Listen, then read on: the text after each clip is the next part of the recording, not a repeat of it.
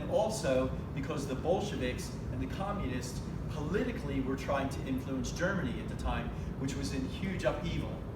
Germany was a mess post-World War I. And there were all of these political parties vying for power. And so the Nazi Party had their own troubles. They didn't come straight into power. Hitler was put in jail for a while for his subversive activities. While he was in jail, he wrote a book called Mein Kampf, which is translated My Struggle, which he laid out his thinking. Again, which for you guys would be useful to reference in part of your research. And so he wrote this book in jail, which wound up being kind of part of the basis for Nazi Party ideology. The thing that he was good at was propagating this messianic kind of way about him. He was wildly charismatic. And all the people that he gathered around him saw him as this messianic figure.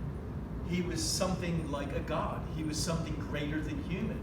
And he had this influence over people that no one's really been able to explain. I mean, they were very smart with their propaganda, the use of technology, and a lot of the things that they did, but his inner circle and the hysteria, the mass hysteria that he could cause, he wound up becoming a great orator. I mean, people have analyzed his speeches, and some say, well, it's not really a great speech, and others say it is. And his emotional, he was an actor, he was an artist, he knew how to manipulate people, and he used all those powers.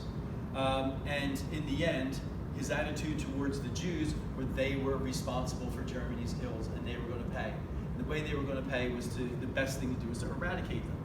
So at the time, there was certain psychology and science that classified humans, and this had been out for a while. And there were certain species of humans that were considered subhuman, and the Jews were one of them. So animals were classified. The Nazis were the first global organization anywhere in the world. The first thing that Hitler did when he came to power was pass Animal Rights Act. And some of them were quite vicious. If you got caught torturing or killing an animal, you could go to prison for that, and under certain circumstances be put to death. He was an incredible animal lover, and he brought all of these animal rights, and he was the first one in the world to do that. Even farm animals had rights. So it's kind of ironic that they would be, the initiators of the animal rights movement that we know about today. And even some of the things that they put into place are still laws today.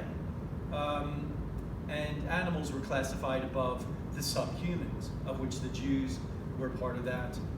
They found things like homosexuality abhorrent. The family unit was almost like in a Christian way, but it wasn't Christianity that they followed.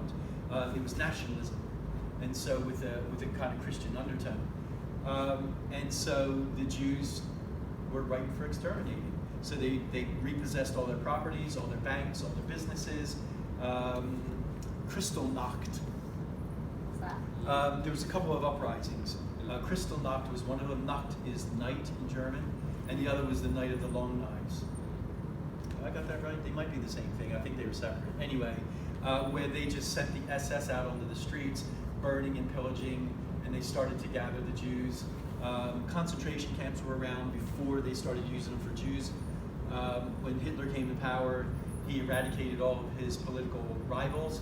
He just went around, because he had a really strong police state, they just went around arresting everybody who was in opposition to the Nazis. And then I think the last thing they did, they burned down the Reichstag, which was the equivalent of like... It was like the German Parliament building. And they burnt it down, and didn't they blame that on the Jews? Yeah. I think they again, and that kind of brought out this national fervor to kind of justify that it was the Jews who were the enemy. Didn't he also do it to bring some of the big politicians to his side?